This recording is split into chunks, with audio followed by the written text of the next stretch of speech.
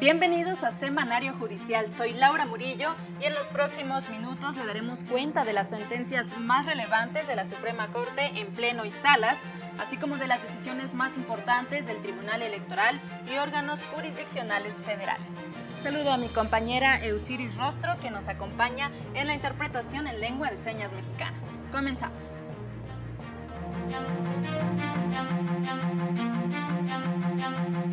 El Tribunal Constitucional determinó que las opiniones consultivas de la Corte Interamericana de Derechos Humanos no son vinculantes para los juzgadores.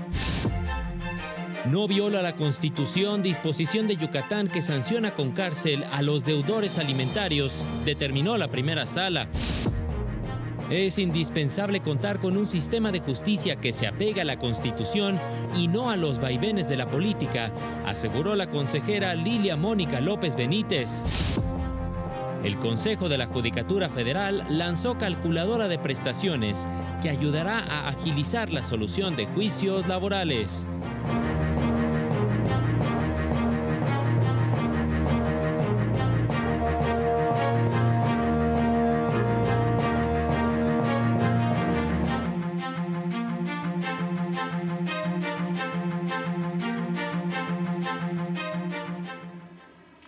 Esta semana, el Pleno de la Corte analizó asuntos relacionados con los estados de Tamaulipas, San Luis Potosí, Nayarit y con las opiniones consultivas de la Corte Interamericana de Derechos Humanos. Esta semana, el Pleno de la Corte estableció como jurisprudencia que las opiniones consultivas de la Corte Interamericana de Derechos Humanos no son vinculantes para las personas juzgadoras mexicanas, pero tienen alta relevancia jurídica. Esto al resolver una contradicción de criterios. La normativa interamericana relativa no contempla la obligatoriedad expresa de las opiniones consultivas emitidas por la Corte Interamericana de Derechos Humanos. La propuesta señala que este Tribunal Pleno reconoce la relevancia jurídica de esas opiniones y reafirma que pueden fungir como criterios interpretativos en la medida en que sean progresivos y benéficos para las personas. El Estado mexicano, al aceptar la competencia de la Corte Interamericana, solo se refiere a la interpretación y aplicación en los casos contenciosos como obligatoria de pleno derecho, pero no hacia la interpretación en opiniones consultivas, las cuales se hace de manera abstracta y sin que medie hechos o actos jurídicos concretos en su caso.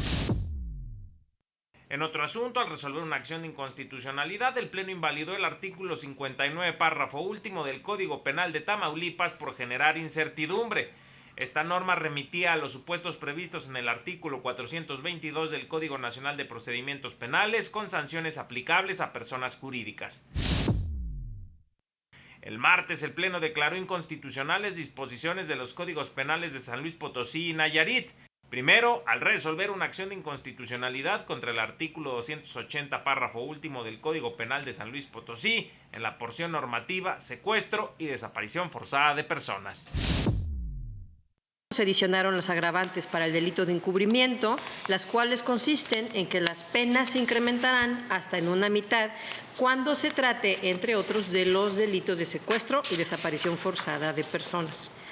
Lo anterior implica imponer una sanción adicional al tipo penal básico cuando el encubrimiento se relacione con los delitos mencionados, por lo que con esto el Congreso de San Luis Potosí transgredió la atribución que corresponde de manera exclusiva al Congreso de la Unión. Al resolver otra acción, el Pleno invalidó el artículo 261 bis del Código Penal de Nayarit en lo relativo a la pena de suspensión prevista para el delito que se impondría al servidor público que divulgara información sobre hechos constitutivos de delito y los procedimientos penales. Para el canal del Poder Judicial de la Federación, Mario López Peña. Y la Suprema Corte explicó por qué es importante la división de poderes que se establece en la Constitución, misma que tiene por objeto evitar el abuso y concentración del poder público. Precisa que la división de poderes implica que la existencia de la República garantiza el equilibrio para que el poder no esté concentrado en una sola persona o en uno de los tres poderes, con lo que se evita el abuso de uno de ellos sobre los otros. Recordó que el artículo 49 de la Constitución establece que los tres poderes de nuestra federación son el legislativo, el ejecutivo y el judicial. La división de poderes también implica que el Poder Judicial debe contar con autonomía en su actuar y en su presupuesto para emitir decisiones con base en la Constitución y sin presiones externas. Además, el Poder Judicial garantiza el respeto a la separación de funciones para que ninguna autoridad vulnere facultades de otra y vigila que todas las instituciones respeten los derechos de las personas. La primera sala de la Corte resolvió una contradicción de criterios y un asunto relacionado con deudores alimentarios de Yucatán. En su sesión de este miércoles, la primera sala de la Corte determinó que es constitucional el delito de incumplimiento de obligaciones de asistencia familiar previsto en el Código Penal de Yucatán. Esto tras revisar una sentencia dictada en un juicio de amparo promovido por un hombre que, tras incumplir con su obligación de pagar la pensión alimenticia para sus hijos, fue condenado a 1 año de prisión y al pago de la reparación del daño por el delito de incumplimiento de obligaciones de asistencia familiar previsto en el artículo 220 del Código Penal de Yucatán. La revisión del asunto llegó a la Corte. La sala advirtió que establecer ese delito busca asegurar que los deudores alimentarios cumplan con su obligación de proveer lo necesario para la supervivencia, bienestar pleno y sano desarrollo de sus acreedores. Interpretó que la pena de prisión prevista para el delito es proporcional y congruente con las penas contempladas en el Código Penal local para otros delitos que atentan contra la familia. En otro asunto, la sala estableció como criterio obligatorio que si un pleno regional recibe una denuncia de contradicción de criterios remitida por razón competencial por la Corte, en la que el denunciante no figuró como parte procesal en alguno de los asuntos recibidos, válidamente puede declarar improcedente el diferendo respectivo por falta de legitimación. Para el canal del Poder Judicial de la Federación, Mario López Peña.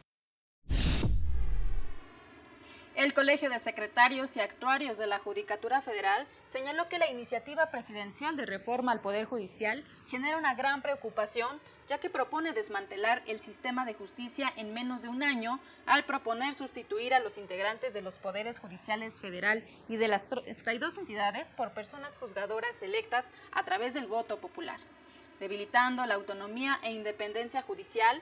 Además, desaparece el Consejo de la Judicatura Federal y existe el riesgo de que se reduzcan las prestaciones de los trabajadores. Ante ello, convocó a todos los trabajadores del Poder Judicial, sin importar su plaza o nivel, para unirse al colectivo Justicia Independiente, para defender la vida democrática del país, que se considera se encuentra en riesgo de aprobarse la reforma al Poder Judicial en los términos que se ha planteado. Se llama a la cohesión de los trabajadores para influir en el proceso legislativo en defensa de la institución judicial, expresando las razones del por qué no es viable la reforma y para hacer del conocimiento de la sociedad el trabajo que desempeñan los juzgadores. Recordaron que la independencia judicial no es un privilegio de los jueces, sino un derecho de la sociedad con el fin de proteger sus libertades y evitar los actos arbitrarios de la autoridad. La consejera de la Judicatura Federal, Lilia Mónica López Benítez, encabezó el Encuentro Nacional para una Agenda de Seguridad y Justicia en Aguascalientes. Para mantener la seguridad jurídica en todos los niveles de la vida pública y frente a todos los sectores de la sociedad y de la economía, es necesario contar con un sistema de justicia que navegue muy asiduo a la Constitución y no al mástil de la política electoral. Así lo señaló la magistrada Lilia Mónica López Benítez, consejera de la Judicatura Federal, al inaugurar la 11ª sesión del Encuentro Nacional para una Agenda de Seguridad y Justicia que se realiza en la ciudad de Aguascalientes. Aseguró que la discusión actual sobre la elección de personas juzgadoras mediante voto popular permite preguntarse cuál es el modelo que necesita nuestro país para la selección de las personas juzgadoras. Soy una convencida de que el conocimiento jurídico, la experiencia práctica, el mérito profesional, la capacitación continua, el ascenso sostenido en la carrera judicial, la vocación y el compromiso social son los factores que realmente legitiman a las personas juzgadoras, pues la investidura judicial implica una enorme responsabilidad. Es necesario contar con un sistema de justicia que navegue muy asiduo a la Constitución y no al mástil de la política electoral. Resaltó que si bien una elección directa de juzgadores a partir de una mayoría electoral pudiera vislumbrarse como un medio ideal para legitimar los cargos en el Poder Judicial, no implica necesariamente contar con el dominio de las habilidades y funciones que se deberán desempeñar, ya que el llamado de justicia que demanda el país exige de sus mejores elementos, de los más preparados y no de improvisación. Algunas voces han orientado sus esfuerzos a generar una imagen distorsionada de quienes servimos a la impartición de justicia. La sociedad debe saber que ostentar un cargo en alguno de los escaños de la carrera judicial implica largas jornadas de estudio y de trabajo intenso, a fin de contar con los méritos necesarios y los conocimientos técnicos suficientes para avanzar en esta carrera y así proteger más certeramente los derechos de todas las personas. En la Universidad Autónoma de Aguascalientes, la consejera López Benítez señaló que en el Poder Judicial se tiene claro que hay una exigencia social porque se mejore la impartición de justicia y tiene el compromiso de escuchar y atender dichos reclamos para construir una verdadera reforma judicial. En la 11ª sesión del Encuentro Nacional participaron representantes de Aguascalientes, Chihuahua y Durango. Con imágenes de Javier Piña y Sergio Vallejo, Juan Carlos González, Canal del Poder Judicial de la Federación. Hacemos una breve pausa y continuamos con más noticias.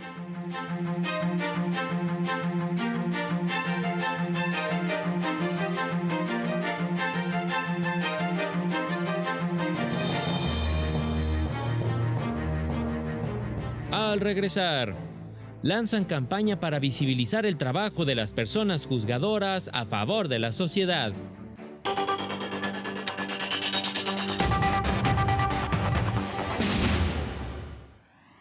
Gracias por continuar en Semanario Judicial. Durante un foro, magistrados destacaron que diversos organismos internacionales no tienen bien evaluados a los países con sistemas de justicia en los que se designan sus integrantes mediante el voto popular, como se pretende ahora en México.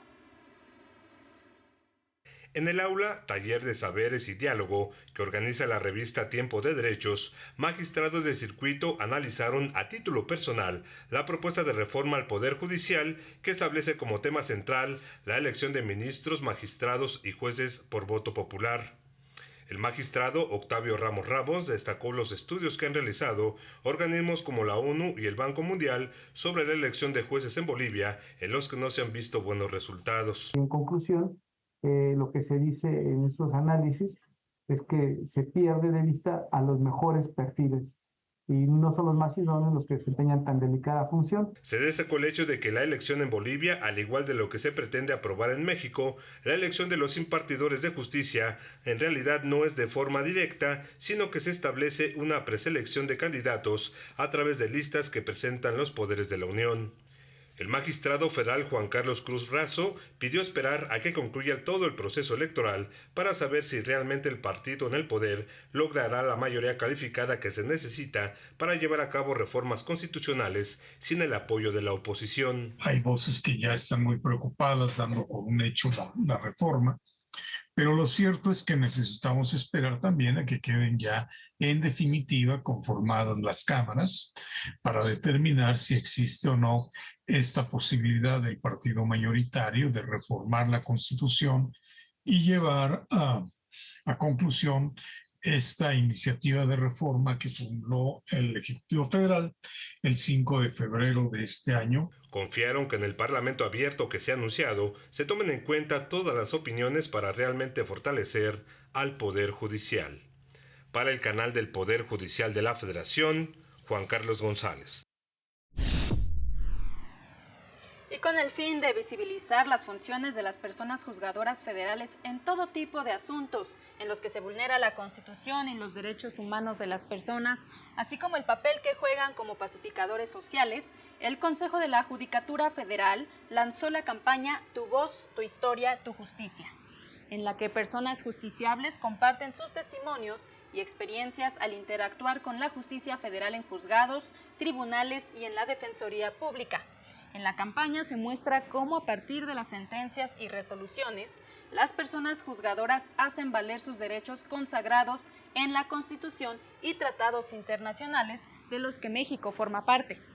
En esta campaña, que se difundirá en tiempos oficiales a partir de ahora y hasta noviembre, se abordan temas de migrantes, acceso a la salud, protección a grupos vulnerables, desarrollo de la personalidad, diversidad sexual, inclusión, perspectiva de género, acceso a servicios básicos o a la educación, entre otros. Y especialistas analizaron las características con las que debe contar la reforma judicial que propone la próxima Administración Federal. Respecto a la reforma judicial que se plantea en el país, el secretario técnico de la Coordinación General de Planeación Institucional del Consejo de la Judicatura Federal, Carlos María Pelayo, indicó necesario considerar que la preparación adecuada de las y los juzgadores fortalece la confianza en la impartición de justicia. Sin embargo, la falta de acceso para las personas por cuestiones económicas la debilita. Son las cosas que tendríamos que discutir en una reforma. Mecanismos y recursos más sencillos para hacer valer los derechos. Creo que tendría que ser uno de los mantras de una nueva reforma judicial y ojalá se pueda rescatar, porque con eso, acercándose a la ciudadanía, se comprendería mejor el trabajo que se hace, los controles que hay y también la altísima capacitación que debe tener cualquier persona juzgadora. Al impartir una conferencia, subrayó que toda reforma debe considerar que los parámetros internacionales de derechos humanos no deben ser transgredidos, pues ello implicaría ir en contra de lo que las propias reformas tienen como objetivo. Una reforma que transgrede derechos humanos va a ser muy difícil de implementar, va a recibir la condena internacional en lugar de la cooperación internacional y al final de cuentas está destinada al fracaso. Y es así lo que está pasando con la prisión preventiva oficiosa del arraigo. En el segundo Congreso Internacional sobre Administración de Tribunales de Justicia, enumeró las características con las que debe cumplir la implementación de reformas con base en experiencias en Latinoamérica. Entre ellas mencionó el consenso, esquemas de transición gradual, inversión para su aplicación, monitoreo, evaluación y colaboración, entre otras. Y el Consejo de la Judicatura Federal puso en marcha la segunda etapa del programa piloto para eficientar las notificaciones y la celebración de conferencias vía videograbaciones, lo que permite ampliar el acceso a la justicia de las personas privadas de la libertad mediante el uso de las nuevas tecnologías y la colaboración institucional en materia de ejecución penal. En su primera etapa, operó en el Ceferezo 16 Femenil, ubicado en Morelos desde el 15 de noviembre de 2023, lo que ha permitido aumentar en 5 veces el número de notificaciones y videoconferencias en beneficio de la población femenil. En los primeros 6 meses de operación se recibieron 4.111 solicitudes de notificación y 1.195 de videoconferencias. Ante los buenos resultados, el Pleno del Consejo de la Judicatura Federal decidió prorrogar su vigencia en el Ceferezo 16 y ampliarlo a partir del pasado 10 de junio al Ceferezo número 5, ubicado en Villaldama, Veracruz. Se prevé extender el programa de manera gradual hasta alcanzar un total de 17 penales federales. Y el Consejo de la Judicatura Federal presentó una herramienta que permitirá a los tribunales laborales agilizar la solución de conflictos en materia. Se presentó la calculadora de prestaciones del Consejo de la Judicatura Federal. El consejero Sergio Javier Molina Martínez, presidente de la Comisión de Administración, explicó que esta herramienta ayudará a los juzgadores a materializar el principio de inmediación en tiempo real. Para que en tiempo real él pudiera determinar o ella pudiera determinar el día de la audiencia cuál era el monto de las prestaciones.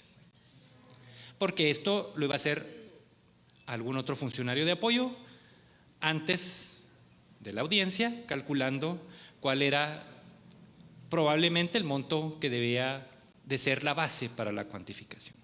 El consejero señaló que dicha calculadora va más allá de establecer los cálculos de las suspensiones de amparo indirecto, no solo en las prestaciones adeudadas en una controversia ordinaria, sino también y de manera específica en temas de seguridad social.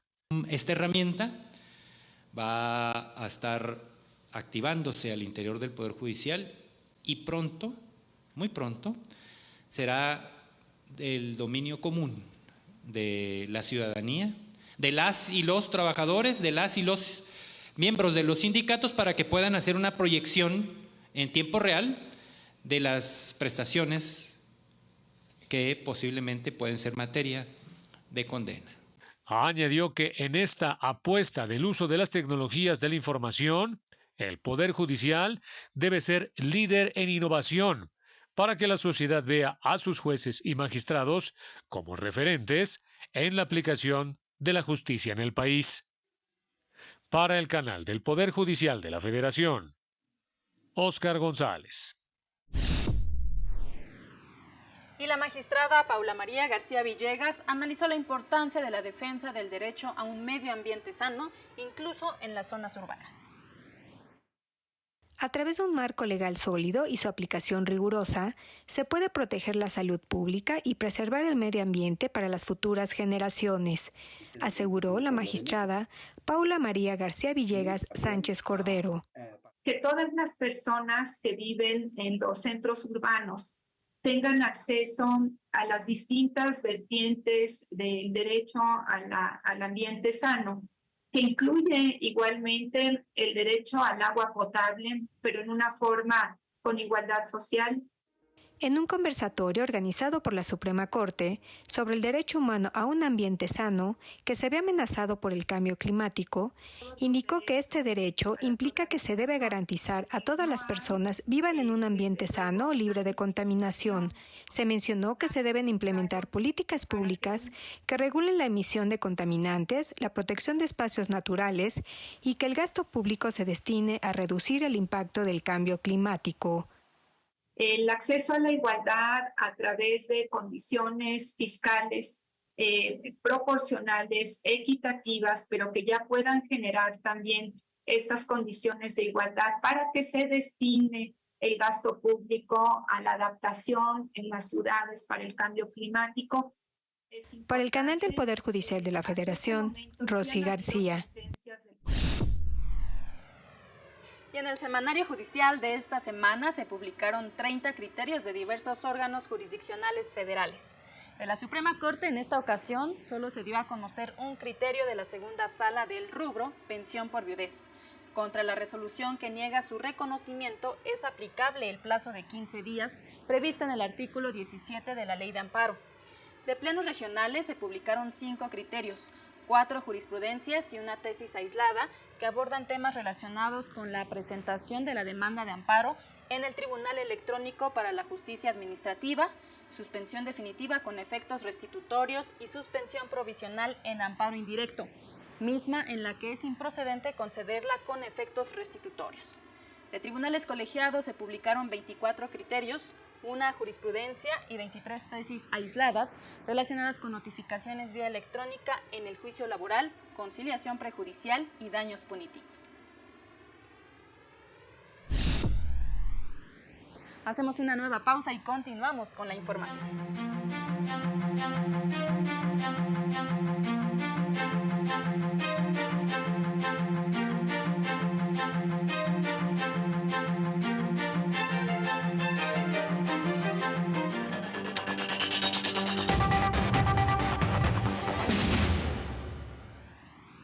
Por unanimidad, la Sala Superior del Tribunal Electoral confirmó la negativa del Consejo General del INE de aprobar la propuesta de acuerdo relativa a la debida aplicación de la fórmula de asignación de curules y escaños de representación proporcional en el Congreso de la Unión. Contrario a lo denunciado por el PRI, en el sentido de que el INE no atendió su derecho de petición, la Sala aseguró que sí explicó las razones por las que no era posible autorizar la propuesta en cuestión. Recordó que el Consejo General del INE fijó en un acuerdo previo las bases para llevar a cabo la asignación de las mencionadas diputaciones y senadurías, mismo que fue confirmado por el Tribunal Electoral. Que la responsable analizó los aspectos de la solicitud del recurrente y señaló las razones en las que se basó su negativa, las cuales no son controvertidas de manera eficaz por el recurrente en el presente recurso. Por lo anterior, se propone confirmar el acuerdo reclamado. Y la Sala Regional Especializada del Tribunal Electoral determinó que el presidente López Obrador y distintos funcionarios divulgaron propaganda gubernamental en etapa prohibida e incurrieron en promoción personalizada. Además, violentaron el principio de imparcialidad en sus vertientes de neutralidad y equidad al realizar diversas expresiones en su conferencia de prensa del pasado 12 de abril que impactaron en el pasado proceso electoral. Sin embargo, la sala descartó que la entonces candidata presidencial Claudia Sheinbaum y los partidos que la postularon hubieran obtenido una ventaja indebida por estos hechos. En consecuencia, el proyecto señala como responsables de la comisión de dichas conductas al presidente y distintas personas servidoras públicas involucradas en la organización y difusión de la referida conferencia matutina. Por lo cual, respecto de estas últimas, se propone dar vista al órgano interno de control de la Oficina de la Presidencia para que determine lo que en derecho corresponda. De esta manera llegamos al final de este semanario. Soy Laura Murillo y a nombre de todo el equipo que lo hace posible, agradezco su atención. Lo invito a mantenerse en nuestra señal y a seguir este lunes la sesión del Pleno de la Suprema Corte. En esta ocasión tiene previsto analizar y resolver 2 acciones de inconstitucionalidad en las que se pide invalidar disposiciones del Código Electoral de Jalisco y de la Ley de Transparencia y Acceso a la Información Pública del Estado de Chihuahua. Agradecemos su atención. Hasta pronto.